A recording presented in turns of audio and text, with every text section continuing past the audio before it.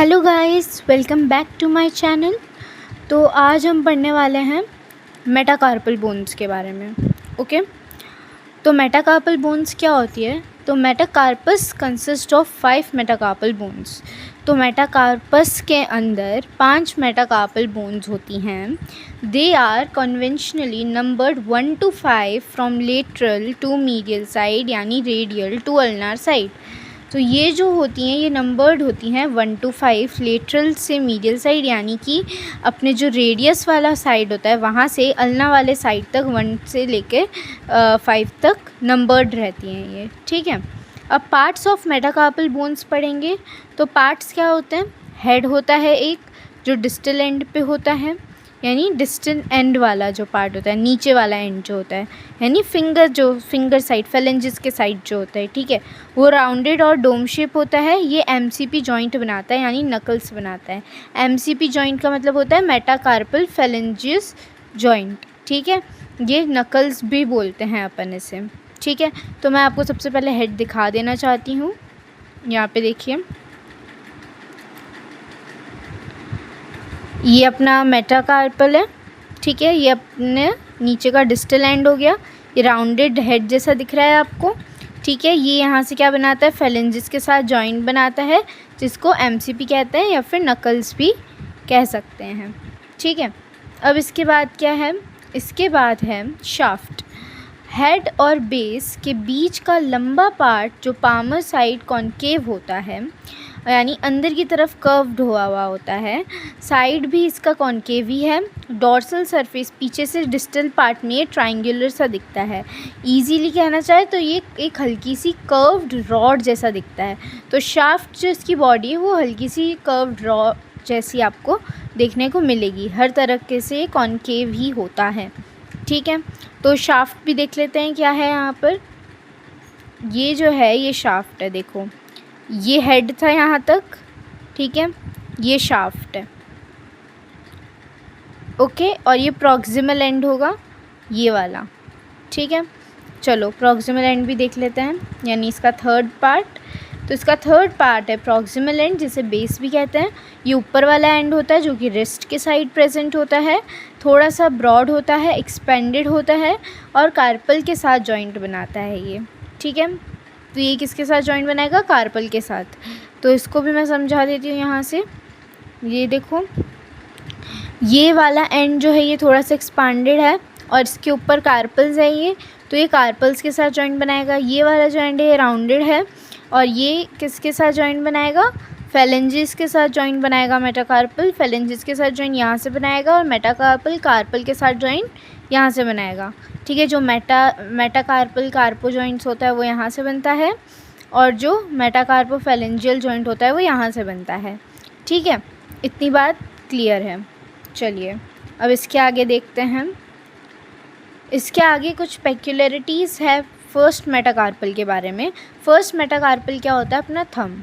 ठीक है, तो देखो, क्योंकि ये थंब अपना लेटरल साइड होता है, रेडियल साइड होता है। ठीक है, तो साइज़ एंड शेप सबसे पहले देख लेते हैं। शॉर्टेस्ट और स्टाउटेस्ट होता है, यानी मोटा और स्ट्रॉन्ग होता है। ठीक है, थंब को पावर ग्रिप देने के लिए जो ये अपना होता है फर्स्ट मेटाकार्पल, वो कैसा होता है?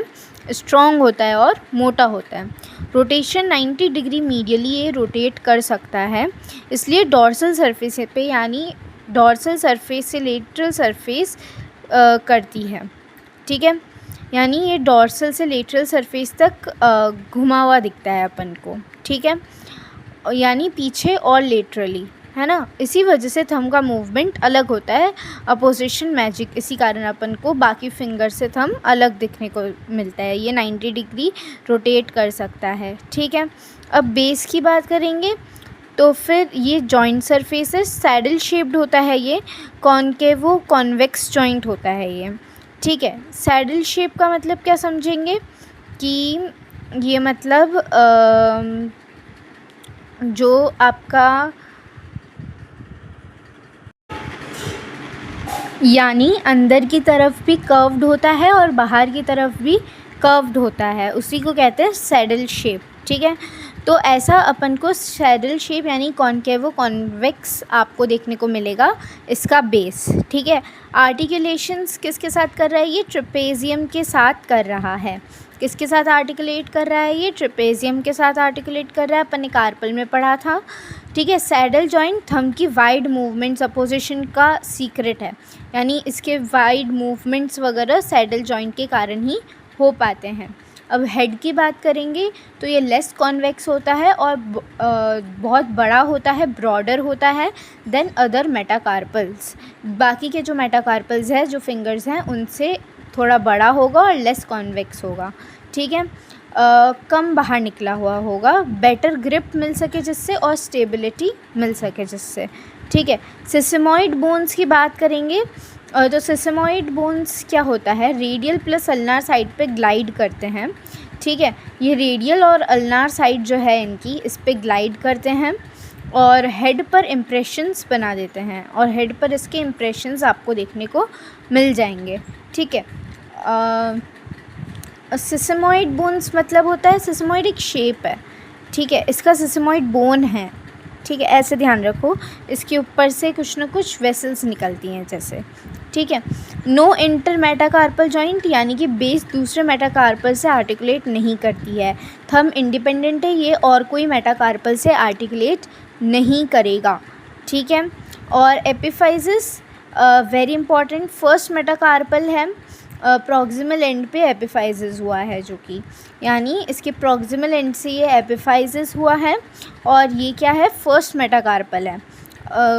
मतलब थंब अपना सबसे पहले एपिफाइजिस हुआ है, बोन फॉर्मेशन इसका सबसे पहले हुआ है, ठीक है। बाकी सब डिस्टल एंड पे हुए हैं, ये प्रॉक्सिमल एंड पे हुआ है, बाकी सारे डिस्टल एंड पे हुए हैं। अब ऑसिफिकेशन की बात करेंगे तो देखो, each metacarpal ossifies by 2 centre, primary centre for the shaft and 1 secondary centre for the head, ठीक है। तो एक प्राइमरी सेंटर शाफ्ट के लिए होता है और सेकेंडरी सेंटर हेड के लिए होता है, हेड या बेस इनके लिए होता है, ठीक है। अब देखो, सेंटर, प्राइमरी सेंटर शाफ्ट जो होता है, जो इसका शाफ्ट है, वो कब अपीयर हो जाता है, कब बन जाता है, 9th week of intra uterine life में ही बन जाता है। जो सेकेंडरी सेंटर है, 3rd, 4th, 5th इन सारी फिंगर्स का, वो 2 ईयर्स में बनता है और कब फ्यूज़ हो जाता है, 16 ईयर्स में फ्यूज़ हो जाता है। जबकि जो फर्स्ट मेटाकार्पल है, बेस, ठीक है, जो फर्स्ट मेटाकार्पल है वो 2 ईयर्स में बनेगा और 18 ईयर्स में फ्यूज़ हो जाएगा, ठीक है। और 18 ईयर्स में सबसे लेट फ्यूज़ हो रहा है और 2 ईयर्स में बन रहा है, ठीक है। अब ये देखो क्लिनिकल कोरिलेशन, तो बेनेट्स फ्रैक्चर क्या होता है, थंब का ड्रामा है यहाँ पे, यानी कि बेस ऑफ फर्स्ट मेटाकार्पल यानी कि जो थंब है, टाइप इसका ऑब्लिक फ्रैक्चर कह सकते हैं इसे। क्या होता है, इंट्रा आर्टिकुलर जॉइंट के अंदर इन्वॉल्व होता है ये। ऑफन किसके साथ एसोसिएटेड है, डिसलोकेशन, ये सबलक्सेशन ऑफ मेटाकार्पल, यहाँ पे डिसलोकेशन हो जाती है आपके मेटाकार्पल की, जो थंब के अंदर मेटाकार्पल होता है उसके अंदर की। सिंपल से अगर समझना हो तो थंब का बेस जो है वो थोड़ा सा स्लाइड हो जाएगा या डिस्प्लेस हो जाएगा, ठीक है। ये होता है बेनेट्स फ्रैक्चर, कि थंब का जो बेस है वो टूट जाएगा या स्लाइड हो जाएगा या डिस्प्लेस हो जाएगा, ठीक है।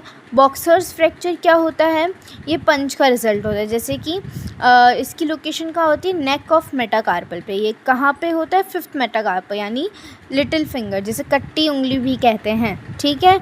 तो कॉज क्या है इसका, यूजुअली पंच मारने पे यह हार्ड इम्पैक्ट पड़ता है और गुस्से में वॉल पे जैसे आपने पंच मारी तो छोटी वाली बोन जो है इसका नेक टूट जाता है, जो कि आप यहाँ पर देख सकते हो। ये कट्टी वाली फिंगर है, ये पिंकी फिंगर जिसे कहते हैं वो है, और यहाँ पर इसका नेक टूट जाता है। तो यहाँ पे आपका मेटाकार्पल कंप्लीट हो जाता है। ये बहुत छोटा सा टॉपिक था, इसके बाद हम फेलेंजीज पढ़ेंगे। Okay, thank you.